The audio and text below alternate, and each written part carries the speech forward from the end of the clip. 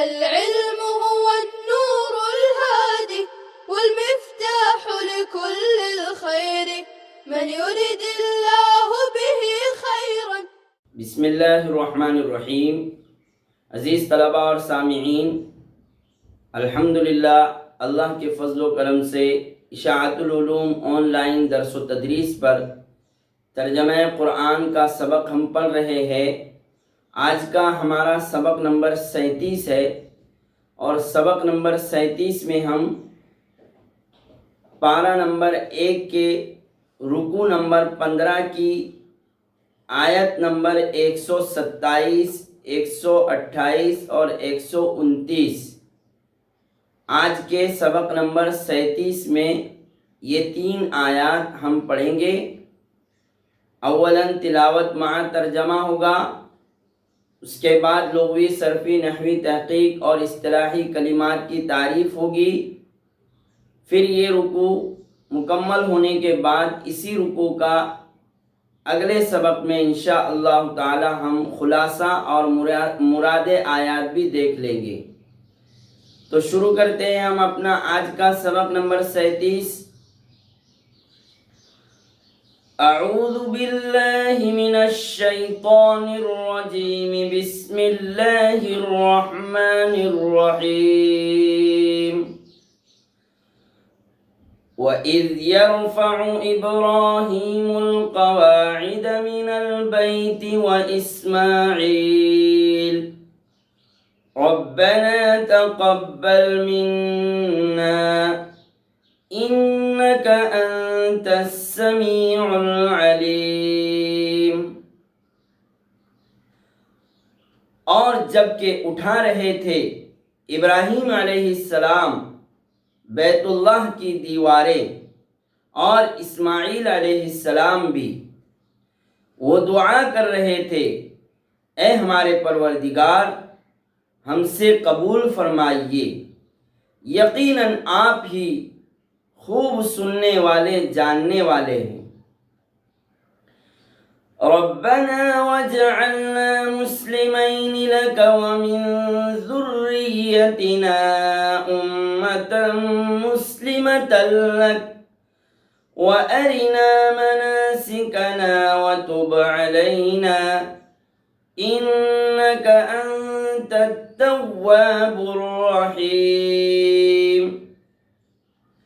اے ہمارے پروردگار، اور آپ ہمیں اپنا اور زیادہ مطیع فرما بردار بنا لیجئے، اور ہماری اولاد میں سے بھی ایک ایسی جماعت بنائیے جو آپ کی فرما بردار ہو، اور آپ ہمیں ہمارے حج کے احکام بتلا دیجئے، اور آپ ہمارے حال پر توجہ فرمائیے، یقیناً آپ ہی بہت زیادہ توبہ قبول کرنے والے، رحم کرنے والے ہیں.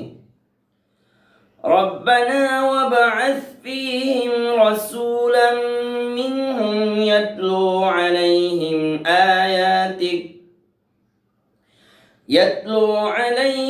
آياتك ويعلمهم الكتاب والحكمة ويزكيهم إنك أنت العزيز الحكيم. اے ہمارے پروردگار، اور آپ انہی میں سے ایک رسول مقرر کیجئے جو ان پر آپ کی آیتوں کی تلاوت کرے، اور انہیں کتاب اور حکمت کی تعلیم دے، اور انہیں خوب پاک کرے، یقیناً آپ ہی زبردست حکمت والے ہیں. یہ ان 3 آیات کا ترجمہ مکمل ہوا ہے.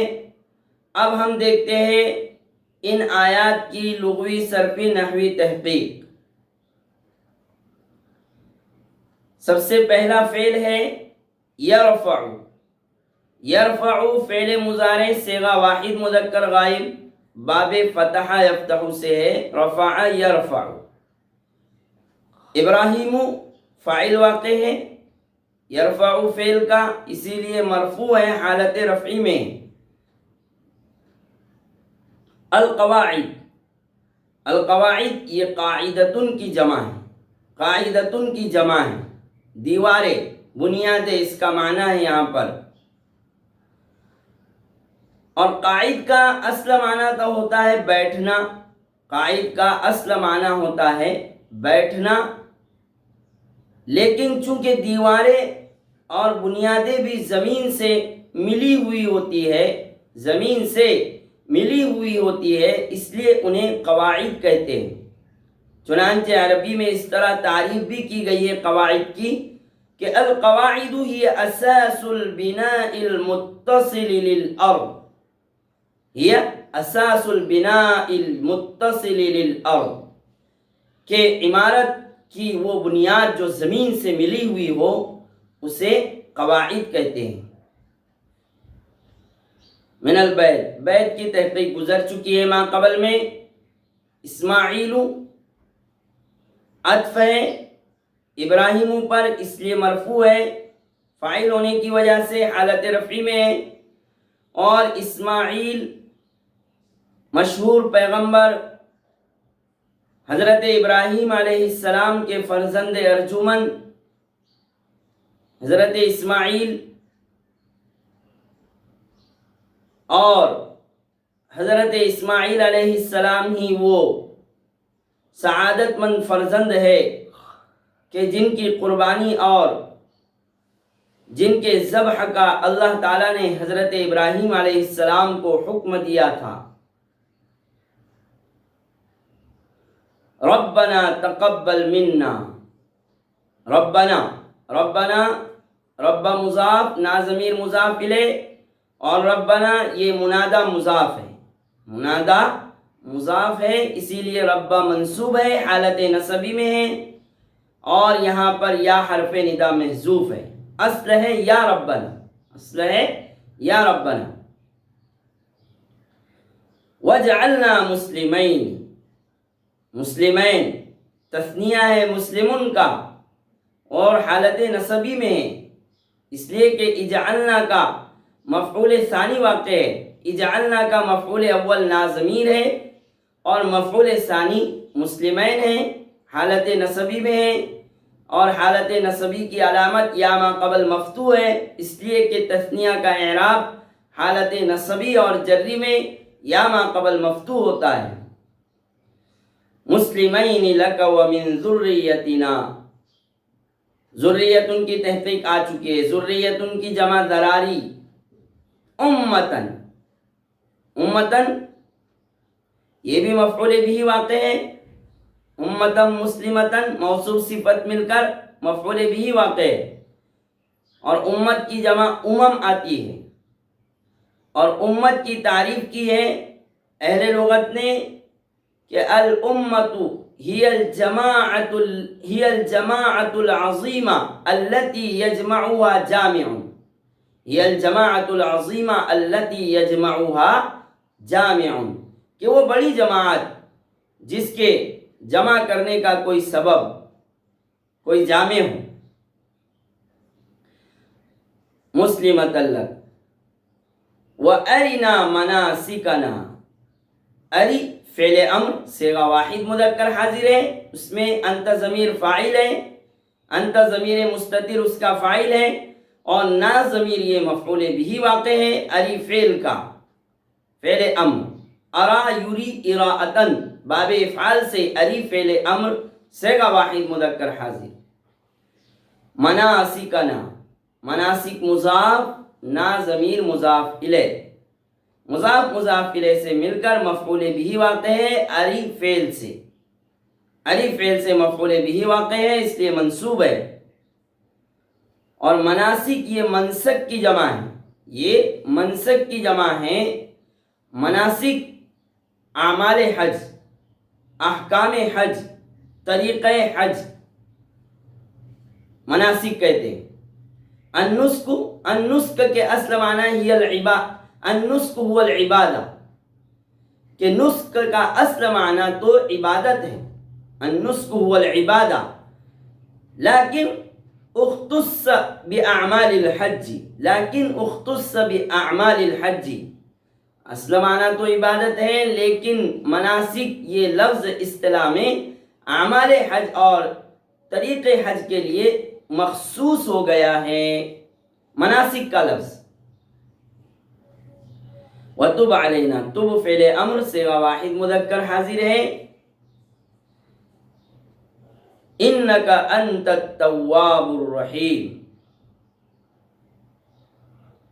انت التواب الرحیم، انت یہ ترکیب میں مبتدا ہے اور التواب الرحیم یہ خبر واقع ہے، خبر واقع ہے۔ ترجمہ ہم نے کیا تھا کہ یقیناً آپ ہی، حسر کا ترجمہ کیا تھا، اس لیے کہ مبتدا اور خبر دونوں معرفہ ہے، مبتدا اور خبر دونوں معرفہ ہے، اس لیے ترجمہ ہوا تھا یقیناً آپ ہی توبہ قبول کرنے والے۔ التواب صیغہ مبالغہ، صیغہ مبالغہ باب نصر ینصر سے فعال کے وزن پر مبالغے کا صیغہ ہے، بہت زیادہ توبہ قبول کرنے والا، اور یہ تواب اللہ تعالیٰ کے اسماء حسنہ میں سے۔ الرحیم بر وزن فعیل صیغہ مبالغہ، ربنا وبعث فیہم، ابعث فعل امر صیغہ واحد مذکر حاضر، رسول منصوب حالت نصبی میں ہے، ابعث کا مفعول بھی واقع ہونے کی وجہ سے۔ یتلو علیہم، یتلو کی تحقیق گزر چکی ہے۔ وَيُعَلِّمُهُمُ الْكِتَابَ وَالْحِکْمَةَ، معطوف علیہ معطوف سے مل کر مفعول بھی واقع ہے، یعلم فعل کا، یعلم فعل کا، وَيُعَلِّمُهُمُ الْكِتَابَ وَالْحِکْمَةَ، حکمت کا معنی آتا ہے دانائی، عقل مندی، شریعت، حکمت، یہ سب حکمت کے معنی ہیں، دانائی، عقل مندی، شریعت اور حدیث کے لیے بھی، سنت کے لیے بھی حکمت کا لفظ استعمال ہوتا ہے، حکمتن کی جمع حکم آتی ہے، حکمتن کی جمع حکم آتی ہے، اور حکمتن کا اصل معنی ہوتا ہے روکنا۔ اہل لغت نے لکھا ہے کہ حکمتن کا اصل معنی ہوتا ہے روکنا، چونکہ حکمت، دانائی، عقل مندی، شریعت بھی انسان کو بری عادتوں سے اور برے کاموں سے روکتی ہے، اسی لیے اسے حکمت کہتے ہیں۔ وَيُعَلِّمُهُمُ الْكِتَابَ وَالْحِکْمَةَ وَيُزَكِّيهِمْ، یزکی فعل مضارع صیغہ واحد مذکر غائب، زکا یزکی تزکیتاً، زکا یزکی تزکیتاً، خوب پاک کرنا، اور تزکیہ کی تصوف میں اصطلاحی تعریف کی گئی ہے، تصوف کی اصطلاح میں تزکیہ کی تعریف کی گئی ہے، التزکیۃ تطہیر النفس بالانقطاع عن العلاقات البدنیہ، تطہیر النفس بالانقطاع عن العلاقات البدنیہ، کہ جس کا خلاصہ یہ ہے کہ پاک صاف کرنا اپنے آپ کو، نفس کو رذائل سے، نقائص سے پاک صاف کرنا، رذائل اور نقائص کو ختم کرنا، اسے تزکیہ کہتے ہیں تصوف کی اصطلاح میں۔ انک انت العزیز الحکیم، العزیز الحکیم، العزیز صیغہ صفت ہے، صیغہ صفت ہے، باب ضرب یضرب سے ہے، العزیز صیغہ صفت ہے۔ العزیز کی تعریف کی ہے کہ العزیز الذی لا یغلبہ احد، الذی لا یغلبہ احد، یہ عزیز کی تعریف ہے۔ اور الحکیم یہ بھی صیغہ صفت ہے، باب نصر ینصر سے ہے، باب نصر ینصر سے ہے، اور حکیم کی تعریف کی ہے کہ الذی لا یفعل الا ما تقتضیہ الحکمۃ والمصلحہ، الذی الحکیم الذی لا یفعل الا ما تقتضیہ الحکمۃ والمصلحہ، کہ وہ ذات جو حکمت و مصلحت والا ہی کام کرے، جو حکمت اور مصلحت والا ہی کام کرے، اسے کہتے ہیں حکیم۔ تو اس طرح سے یہ 3 آیات کی تلاوت، ترجمہ اور لغوی صرفی نحوی تحقیق ہوئی ہے۔ آخر میں 2 جگہ جو ہم نے ترجمہ کیا ہے، وجہ ترجمہ اس کی جان لیتے ہیں کہ ہم نے وہاں ان کلمات کا وہ ترجمہ کیوں کیا ہے۔ ربنا وجعلنا مسلمین لک، ربنا وجعلنا مسلمین لک، کہ اے ہمارے رب آپ ہمیں اپنا اور زیادہ مطیع فرما بردار بنا لیجیے، مطیع و فرما بردار بنا لیجیے۔ اور زیادہ کا ترجمہ حضرت تھانوی رحمۃ اللہ علیہ نے فرمایا ہے، اور آپ نے اس کی وجہ فرمایا ہے کہ یہاں مقصود طلب الزیادت فی الخلوص، طلب الزیادت فی الخلوص یعنی اطاعت فرما برداری میں زیادتی مطلوب ہے، زیادتی مطلوب ہے۔ اس لیے حضرت تھانوی نے ترجمہ فرمایا ہے کہ ہمیں اپنا اور زیادہ مطیع فرما بردار بنا لیجئے۔ اور دوسری جگہ ہم نے ترجمہ کیا انک انت التواب الرحیم، آپ ہی توبہ قبول کرنے والے۔ انت یہ مبتدا ہے اور معرفہ ہے، التواب الرحیم یہ خبر ہے اور یہ بھی معرفہ ہے۔ مبتدا اور خبر دونوں معرفہ ہو تو حصر کا فائدہ حاصل ہوتا ہے، اس لیے ہم نے ترجمہ کیا کہ بے شک آپ ہی توبہ قبول کرنے والے، رحم کرنے والے۔ تو اس لیے آپ ہی کا ترجمہ حصر کے ساتھ ہم نے اس لیے کیا کہ مبتدا اور خبر دونوں معرفہ ہے۔ تو اس طرح آج کا ہمارا یہ سبق مکمل ہوا۔ اللہ عمل کی توفیق عطا فرمائے۔ طلبہ عزیز سے درخواست ہے کہ اپنے اسباق برابر وہ دیکھتے رہیں، سنتے رہیں، اشاعت العلوم آن لائن درس و تدریس پر، اور نمازوں کا تلاوت وغیرہ کا اہتمام کرتے رہیں۔ اللہ عمل کی توفیق عطا فرمائے۔ سبحان اللہ و بحمدہ، سبحان اللہ العظیم۔ السلام عليكم. لا تنسوا الاعجاب بالفيديو والاشتراك في القناة تشجيعا لنا لنستمر بنشر المزيد إن شاء الله.